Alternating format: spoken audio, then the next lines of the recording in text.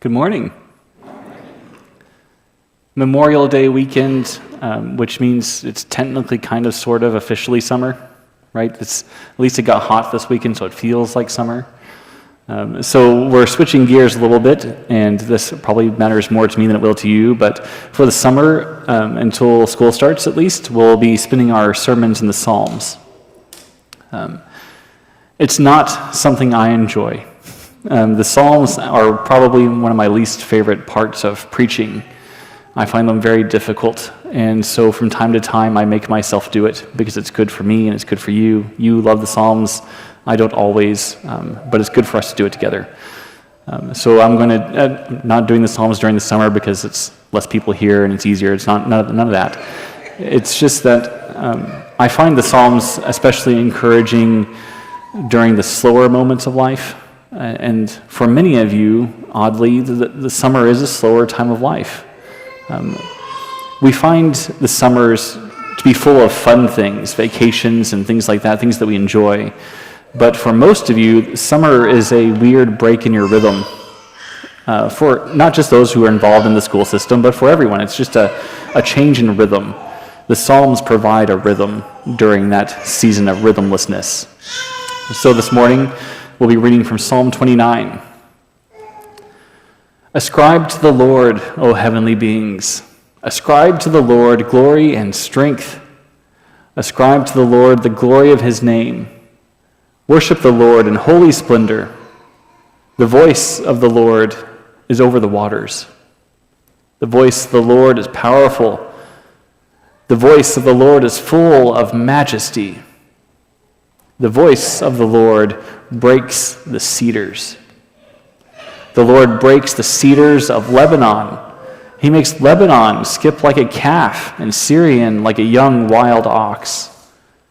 The voice of the Lord flashes forth flames of fire. The voice of the Lord shakes the wilderness. The Lord shakes the wilderness of Kadesh.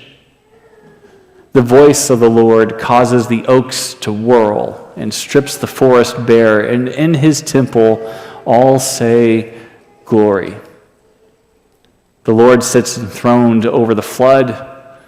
The Lord sits enthroned as king forever. May the Lord give strength to his people.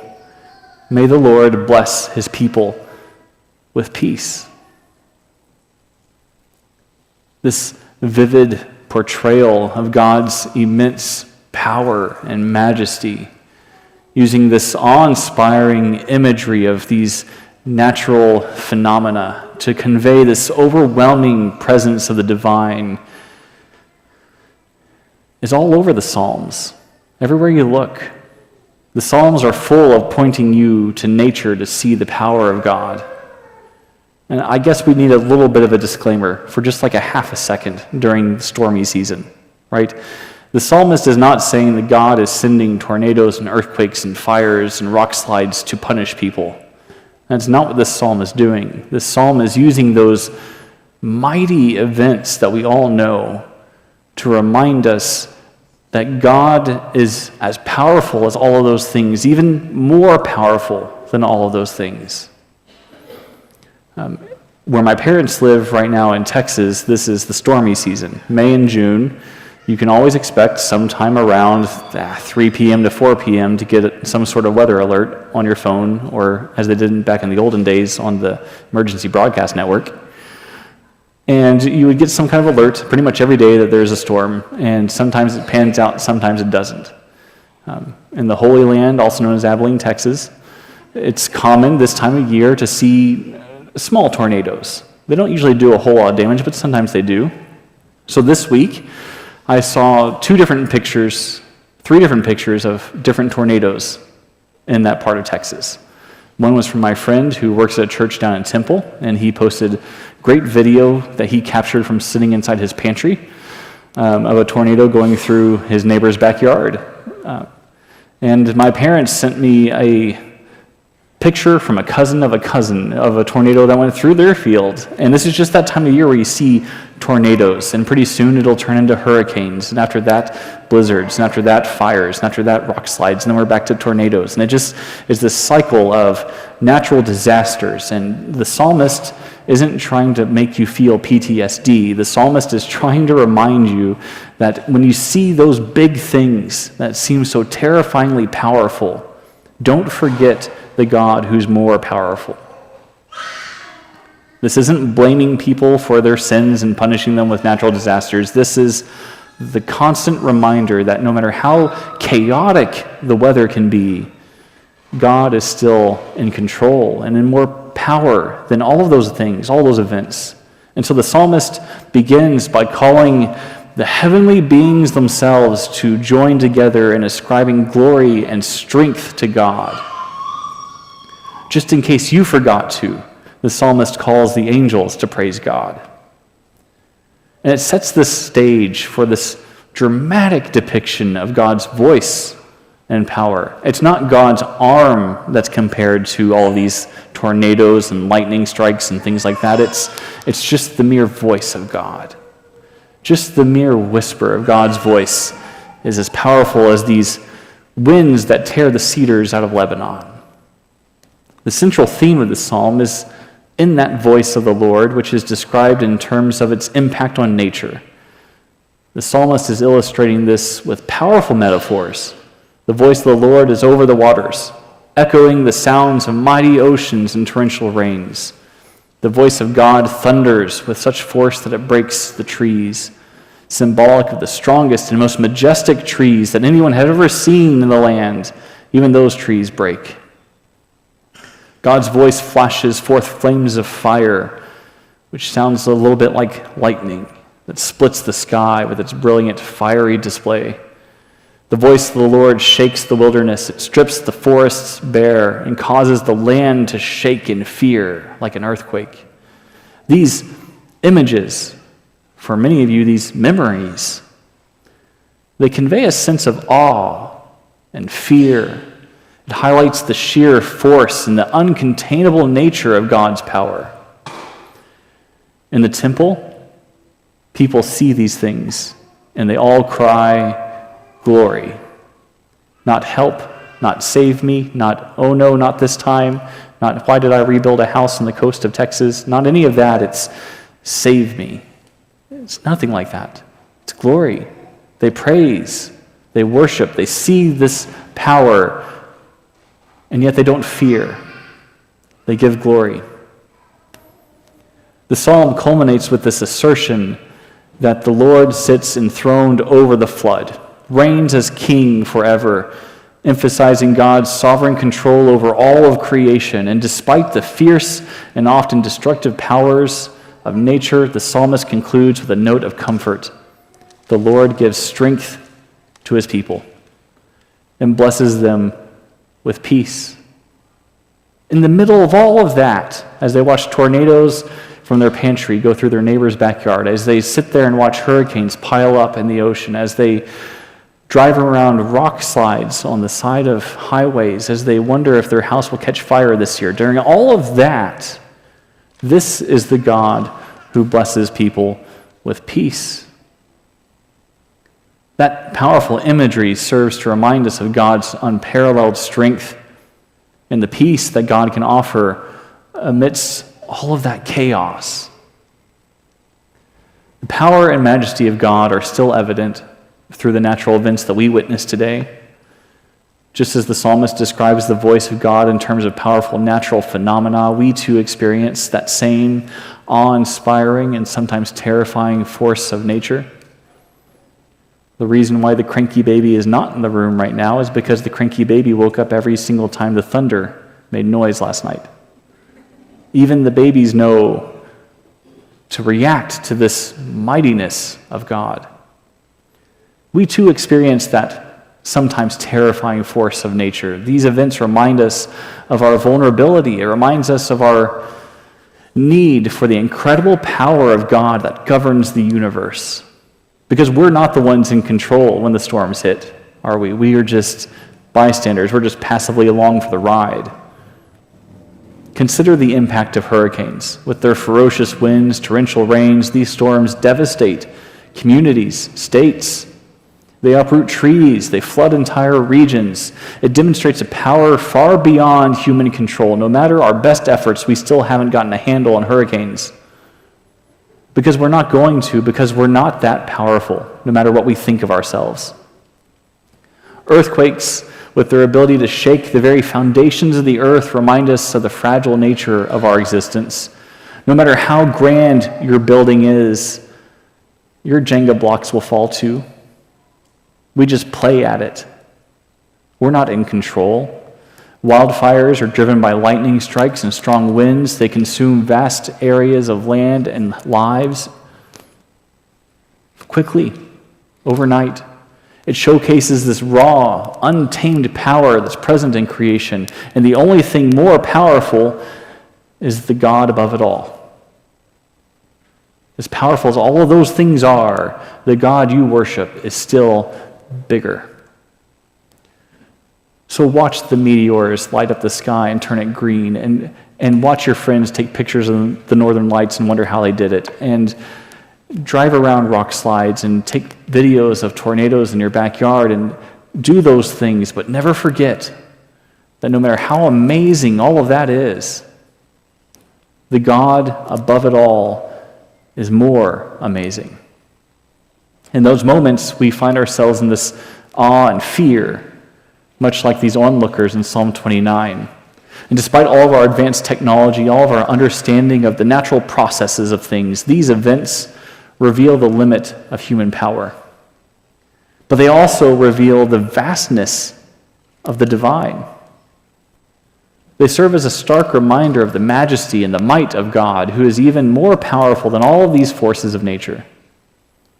And by acknowledging the power of God in that natural world setting, we can begin to cultivate a sense of reverence and respect for the divine. These experiences, they encourage us to reflect on our place in the universe, to remind us of the one who holds all things in his hands. Moments and movements of nature, they serve as reminders of the power of God.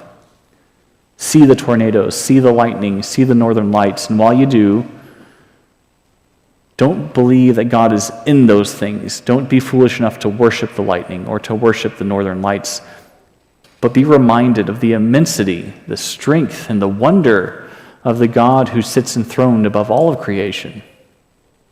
See, Psalm 29 not only showcases God's inspiring power, it also highlights the comfort and the assurance that God provides to his people. Amidst all that vivid imagery of storms and lightning and earthquakes, the psalmist concludes with that profound statement about God's character. The Lord gives strength to his people. The Lord shares his strength with his people, and the Lord blesses his people with peace, the peace of mind of knowing who's really on the throne. The same voice that thunders over the waters and breaks the cedars of Lebanon also extends strength to those who follow God. The dual aspect of God's nature here, his immense power on one hand and his tender care on the other, it offers this balanced view of God. And while God's power can be overwhelming and even fearsome, it's also a source of support and encouragement for each of us. I think so. The psalmist's words remind us that God's strength is available to us in our times of need. Just as the natural world responds to the voice of the Lord, so too we find peace and empowerment in his presence. When we face our own storms, personal struggles, health challenges, societal upheavals, voting season, we rely on the strength that God provides. His power is not distant, it's not detached, it is intimately involved in our lives. It provides the resilience that we need to endure and to overcome. And the blessing of peace is a crucial aspect of God's provision. Despite the chaos described in the psalm, the ultimate message is one of tranquility and assurance. God's peace is not merely the absence of conflict, but a profound sense of well-being and security that's rooted in his unchanging nature during the conflict. The psalmist reminds us that God rules over the flood. The flood, which one? All of them.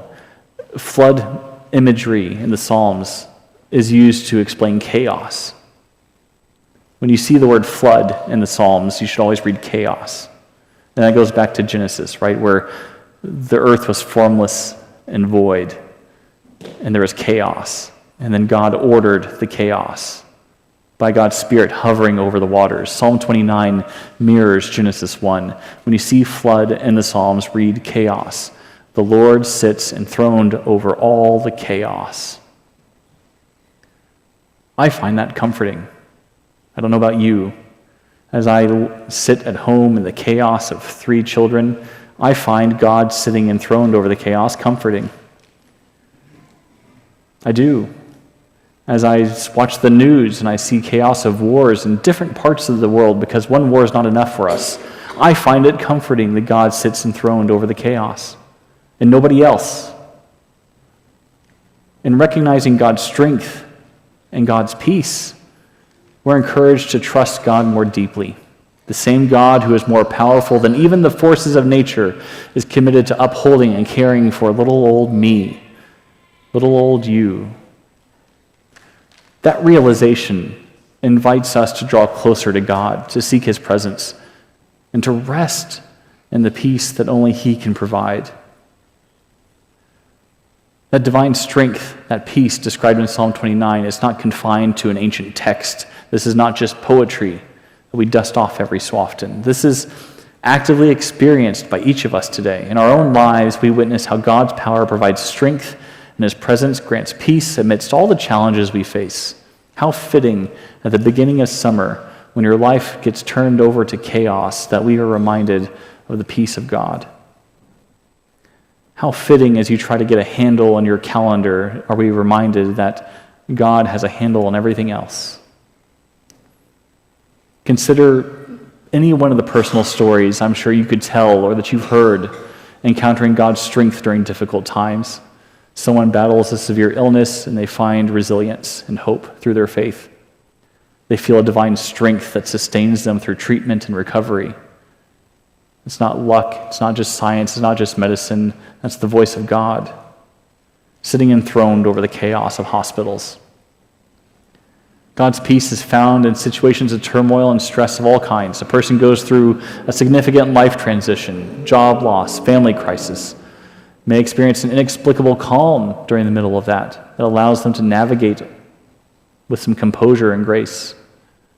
That's a peace that we describe as surpassing all understanding, because that's a peace that we know is a manifestation of God's grace and care. In our communities, we see God's strength in a collective response to disasters and crises. When a natural calamity like a hurricane or earthquake does strike, communities often come together, showing resilience and solidarity. And in the middle of that, when we get it right, the church is there to help people rebuild. And God is working through His people, providing hope and support where it's most needed. Globally, the church exemplifies these attributes as believers worldwide face persecution in places, poverty in others, war. Stories of Christians maintaining their faith and their inner peace despite these external pressures, while they help support and keep others alive. It inspires us. It demonstrates the sustaining power of God from Psalm 29. Reflect on your own life and the world around you. And let us all remember that the same God whose voice thunders over the waters is the one who strengthens and blesses us with peace. Let us draw near to that God, seeking His strength in our weakness and peace in the middle of our storms. And by doing that, we not only acknowledge His power, but also embrace the profound impact of God's presence in our daily lives. Look around you, see the chaos in the world, but more importantly, see the Spirit of God enthroned above that. See the wars, see the desperation, see the hunger, feel it, cry out to God. But don't cry out, save me. Cry out, glory. With a confidence that you know that God sits enthroned above all of it.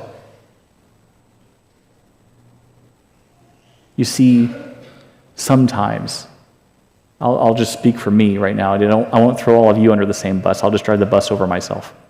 Sometimes I have the habit of thinking my world and my problems are way more important and bigger than they probably are.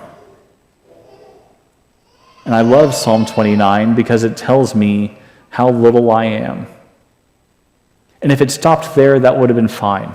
If Psalm 29 merely just stopped there and said, "You little insignificant little thing," it would have been fine. There's nothing wrong with that. That's a good, preachable message. Nobody likes it, but it's good. But it doesn't. It says, "You little insignificant thing." How lucky you are that God cares about all of your little insignificant things. As little and insignificant as you are in this grand scheme of all of this, yes, God still loves all of those little things too, and cares about all those little things, and strengthens you to survive all of those things, and gives you peace to endure all of those things. The Psalms are full of encouraging things like this, because the Psalms remind us how big God is, and how dependable that big God can be. Where we know that more than any other place than communion, where we gather together to remember the immense love of God who is willing to sacrifice his own Son for you, for me, for all of us, for those who are not even grateful, for those who don't even know yet. How much bigger, how much more enthroned could God possibly be than on the cross? Strange-looking throne, the cross, yet it's the throne we all desperately needed. So come to the table with us today as after we stand and sing and celebrate that moment, and remember how big your God is and how much chaos is in the world, but more importantly, how your God that you worship today sits enthroned above all of it. Let's stand and sing.